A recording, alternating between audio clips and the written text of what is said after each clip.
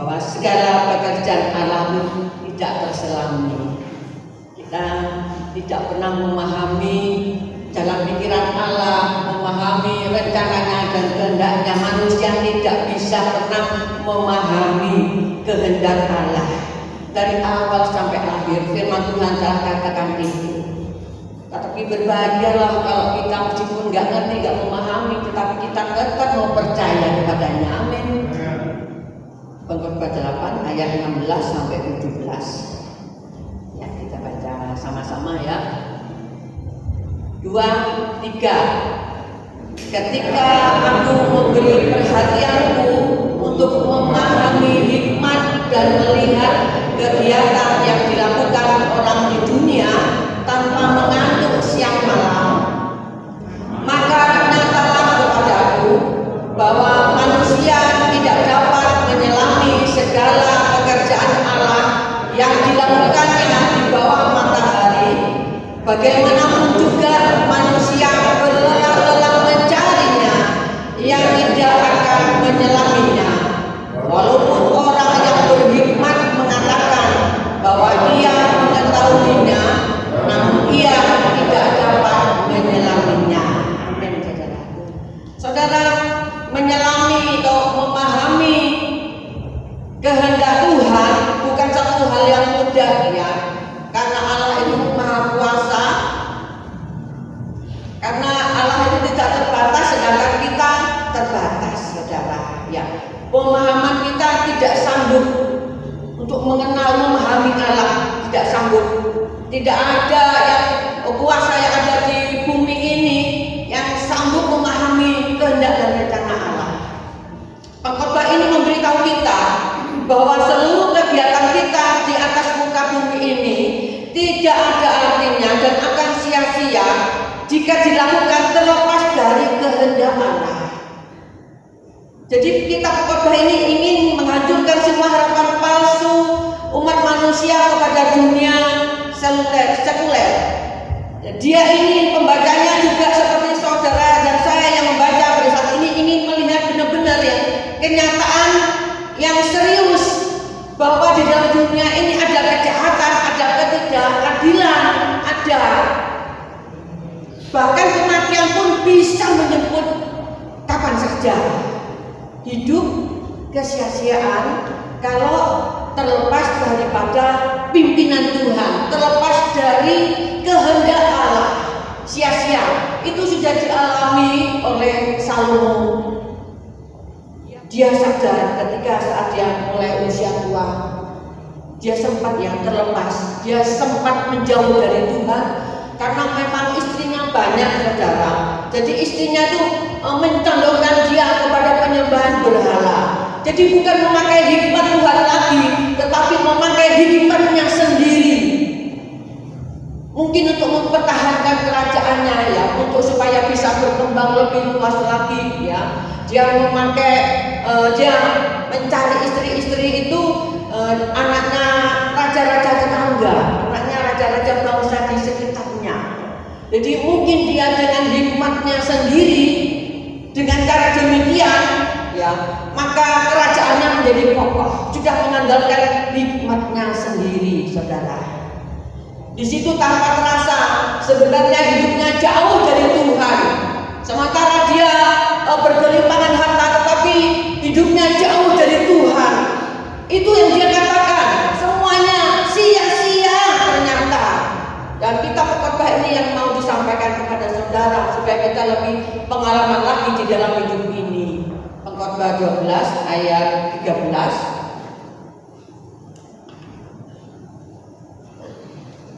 Yang 2, 3. Akhir kata dari segala yang didengar ialah takutlah akan Allah dan berpeganglah pada perintah-perintahnya, karena ini adalah kewajiban setiap orang. Kemudian ayat yang ke-14, karena Allah akan membawa setiap perbuatan ke pengadilan yang berlaku atas segala sesuatu yang tersembunyi, entah itu baik, entah itu jahat. Puji Tuhan. Masih ada firman Tuhan yang selalu mengingatkan kita, saudara. Saudara, kita perlu pelajari lagi ya. Ada beberapa alasan kita belajar tentang kitab pengkhotbah ini. Yang pertama adalah menjadi pembelajaran bagi kita, ya, menjadi pembelajaran bagi kita supaya kita belajar dari kesalahan seseorang seperti begitu, supaya kita tidak jatuh ke dalam dosa yang sama. Itu ya saudara. Di dalam Roma 15 ayat 4, sebab segala sesuatu yang ditulis dahulu telah ditulis untuk menjadi pelajaran bagi kita, supaya kita teguh berpegang pada pengharapan oleh ketekunan dan penghiburan dari kitab suci. Sebagai pengikut Kristus ya, yang sudah sungguh-sungguh bertobat dan mempercayakan diri kepada Yesus Kristus, kita harus tekun mempelajari firman Allah, tekun kita membaca Alkitab supaya kita tetap tabah dan kuat dan terus berharap hanya kepada Tuhan, saudara. Sebab hidup tanpa pengharapan sama halnya dengan hidup tanpa masa depan. Kita yakin dan percaya karena pengharapan kita itulah sehingga kita ketika diberhadapkan dengan satu masalah atau pergumulan, kita masih tetap kuat sampai hari ini, saudara. Karena kita memiliki satu pengharapan di dalam Yesus. Dan pengharapan itu yang membuat kita bertahan di dalam setiap pencobaan yang ada. Setiap kita pasti akan hadapi, saudara, masalah-masalah pergumulan dan pencobaan, saudara. Tapi saya percaya kita akan menjadi orang yang kuat, bertahan di dalam pencobaan yang ada. Karena apa? Karena kita mengandalkan Tuhan dan pengharapan kita hanya kepada Tuhan. Pertolongan datang daripada Tuhan. Biarlah ini menjadi satu pelajaran buat kita. Kita berpegang teguh kepada Yesus Kristus apapun yang terjadi di dalam hidup ini. Kita harus berdoa, tidak jemu-jemu. Kita usahakan kita rutin membaca firman Tuhan, ya. Beda ketika kita tidak membaca firman Tuhan dan ketika membaca firman Tuhan. Lain, saudara. Semakin kita dikuatkan, semakin kita tetap teguh, kokoh, kuat, saudara. Apapun yang menimpa di dalam hidup kita. Sebab setiap kita pasti ada tantangan hidup, saudara. Tetapi saya juga tiap hari itu baca firman Tuhan.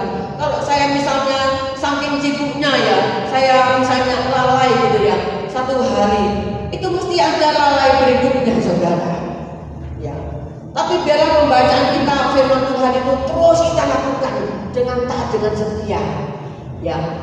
Tanpa tahu, tanpa rasa itu kekuatan itu selalu ada. Bahkan kita siap ya menjalani kehidupan ini lebih optimis lagi, saudara.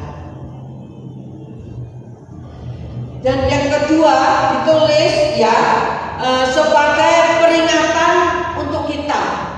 Yang pertama menjadi pembelajaran bagi kita, yang kedua sebagai peringatan untuk kita. Ya, kita baca di dalam 1 Korintus 10 ayat 11, 2, 3.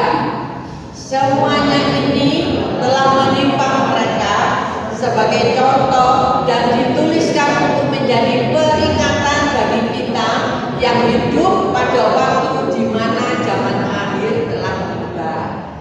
Sejarah hukuman Allah atas umatnya telah ditulis di dalam Alkitab untuk memberi peringatan pada zaman perjanjian baru, pada zaman sekarang ini, saudara. Peristiwa yang dialami oleh bangsa Israel, ya, bangsa Israel umat pilihan Allah. Dia dipanggil oleh Allah supaya keluar dari Mesir, supaya menuju ke tempat perjanjian. Diberikan suatu tempat di mana Allah menjanjikan tanah Kanaan yang benar-benar tanah yang penuh dengan susu dan madu. Allah ingin menyediakan yang terbaik buat umat Israel, saudara. Tetapi apa yang terjadi di tengah perjalanan itu, ya, ternyata umat Israel ini banyak yang gagal sampai ke tempat tujuan, ke negeri yang Tuhan janjikan. Banyak yang gagal karena apa? Itulah kehidupan. Kadang bahasa Israel itu memang ditulis di dalam firman Tuhan, tegar tengkuk ya, keras. Setiap ketemu dengan masalah pergumulan selalu menggerutu, selalu menyalahkan Tuhan. Kita juga belajar ya dari istilahnya belajar dari zamannya masa-masa Israel pada waktu itu. Sama saja dengan kita belajar dari kesalahan orang lain. Kalau kita merespon keadaan itu, kita belajar dari keadaan, ya, belajar dari kesalahan, maka kita akan memotivasi diri kita supaya tidak menjadi mengibatkan celaka bagi diri kita sendiri, saudara. Itu artinya kita mau belajar dari kesalahan orang lain, belajar dari pengalaman kita juga. Mungkin kita pernah jatuh ke dalam dosa, tetapi masa kita jatuh lagi ke dalam dosa yang sama.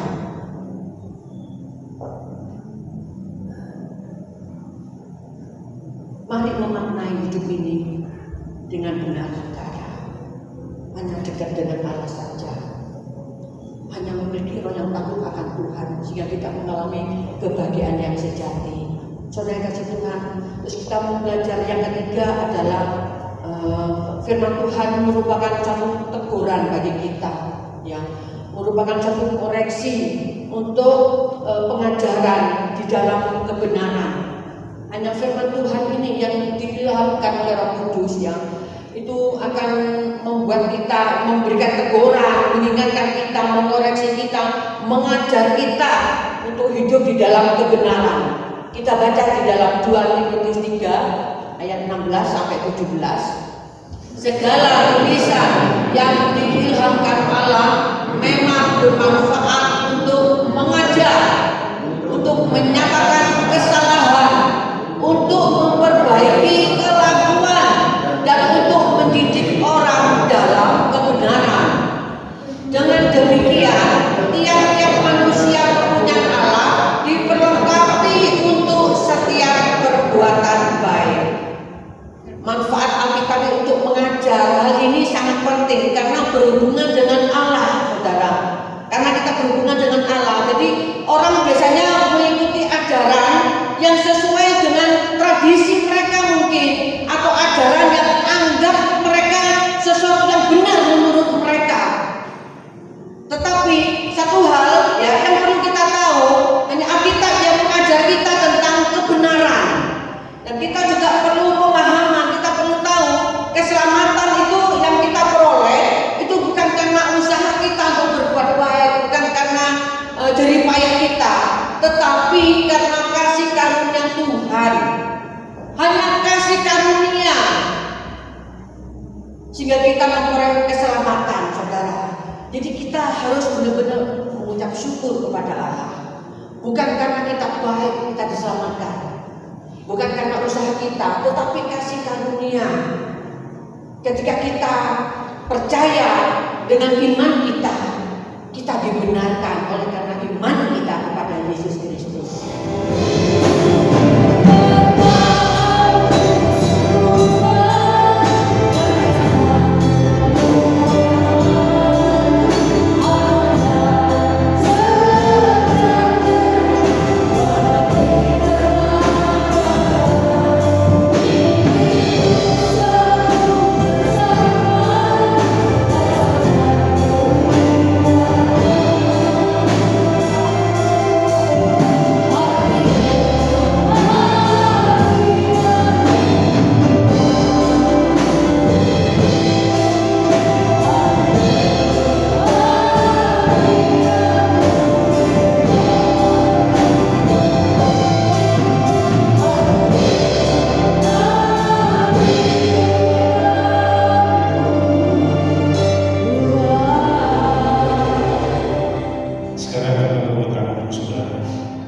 Pulanglah dengan damai sejahtera Allah yang berlimpah, dan kekuatan Allah yang berlimpah-limpah akan tetap menopang kehidupan saudara dan saya.